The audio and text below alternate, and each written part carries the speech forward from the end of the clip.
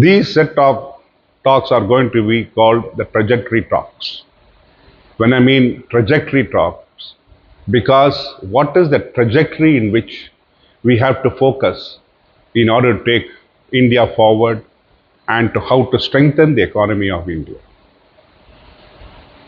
Many steps have been taken in the past, and now we have to take further steps to catch up with the world market, which we have lost over a period of 20 years.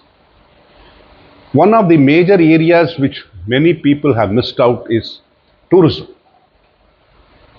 Tourism is a highly risky project, but it's a highly liquid project. When I say highly risky, if we have something like the COVID attack, tourism comes to a standstill. And all those who depend on the tourism part of it will get affected. They lose money, many of them lose lives because of the reason they are not able to match up with the requirements. But tourism is a very lucrative, very interesting concept which India can develop. Why I'm talking about tourism is that when I went on a recent tour of Greece, I saw the economy of Greece. Its major revenue is from tourism, which is approximately $1.6 trillion. And it's a small group of islands. They had nearly 40 lakh tourists in the last year. India got so much of potential. It's got so many tourist spots which we can expose to the tourists, to the international tourists. And when we make that kind of thinking possible, then we can see the returns that flow through it. These are the small micro acts which I'm talking about to take India global. Suppose imagine that India makes it 5 times, because it's got the 5 times the size of Greece or even more than that, but the number of tourist spots, if we are able to develop, if it is 5 times, you are looking at about, I know, how many? 5 into 40, 2 crore people. Now, let's leave it like that. Leave it at the first stage when we start off slowly. From 10 lakhs, let us try to make it to 30 lakhs within the next 2 years. Now, for every lakh of persons, you require at least 20,000 people servicing them. I'm talking at a very, very minimal level.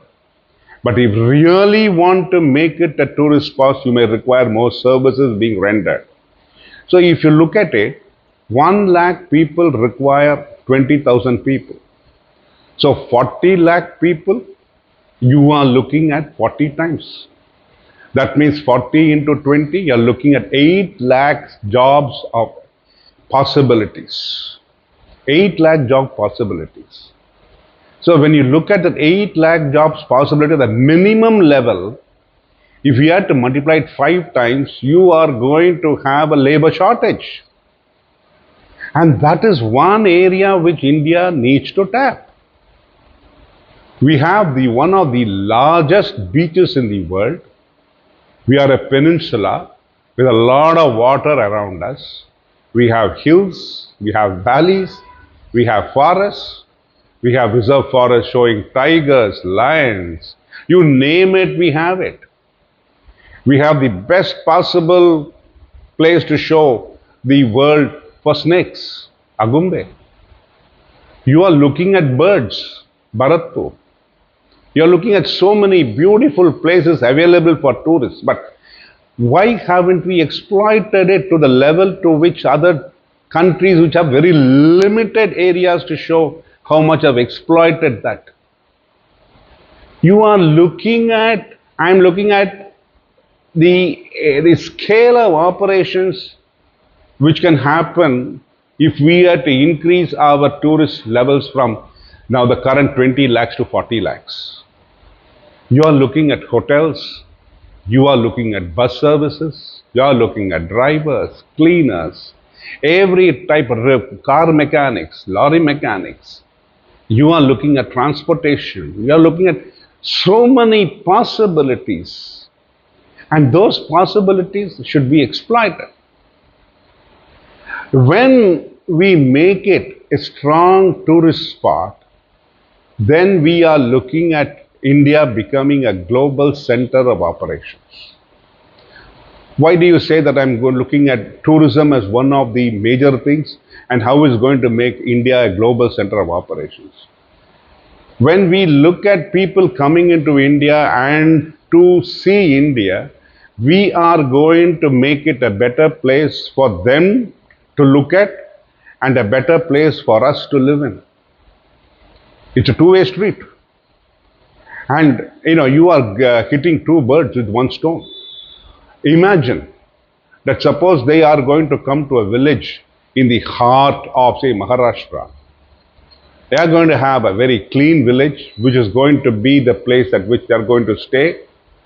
The tourists are going to stay. You are going to show the village around, and you like to showcase your village. And when you showcase something, it means that you are going to keep it clean. You are going to provide them clean water, every type of facility. That means the people, after the tourists are gone, are going to enjoy the same facilities which the tourists have enjoyed. So you are looking at a two-way street. It not only develops financially, but environmentally also there are possibilities if we really look at the possibilities. So tourism, I will be talking about it a little more about tourism as we go. But I am trying to say this is one of the minimal areas in which India can exploit its available resources. If we are to look at huge cruises, they are starting from down the Hooghly, down the Krishna River, down Godavari, down the Brahmaputra, around the Arabian Sea, the Bay of Bengal, the Indian Ocean. The possibilities are immeasurable. You are talking about huge cruises where you can have about 1,000 people coming in and 1,000 people going out. And you are looking at employment opportunities. You are looking at ship manufacturing. You have to do it in the way that the people get attracted to be within India. And how are we going to do about it? That is what the microcosm matters. Step by step, when we are able to identify the areas in which we will be able to generate employment and also make the exchequer feel stronger and also make the environment cleaner and stronger, then we can imagine how the jumping board we are on. We are jumping from one trajectory to another trajectory. And that is what we are lost, and we should not lose time again. We are just focusing on a few places like the Taj Mahal, the Red Fort, a few palaces in Jaipur or in Jodhpur in Rajasthan, and that is all. We don't showcase the other places which are available in plenty in India. West Bengal is a lost tourist paradise. West Bengal was the cradle of India's civilization. West Bengal was the place where you have those beautiful forts. You have the beautiful bungalows, as you call them, the Havelis. The fantastic location of those Havelis. I think in Bankura, you have a beautiful fort and a beautiful place where they are having the terracotta buildings. And there are so many places. I'm talking about a place in West Bengal. West Bengal has huge resources for tourism. The Hooghly. If we are to clean up the Hooghly and take a cruise around the Hooghly, you can imagine the type of tourism you are going to develop in West Bengal. Then let's move to Orissa. You have old forts. You have old temples. You have beautiful rivers. You have forests. And you have plateaus. What is not available, I'm just talking about 2 states in India. What is not available? Think about it.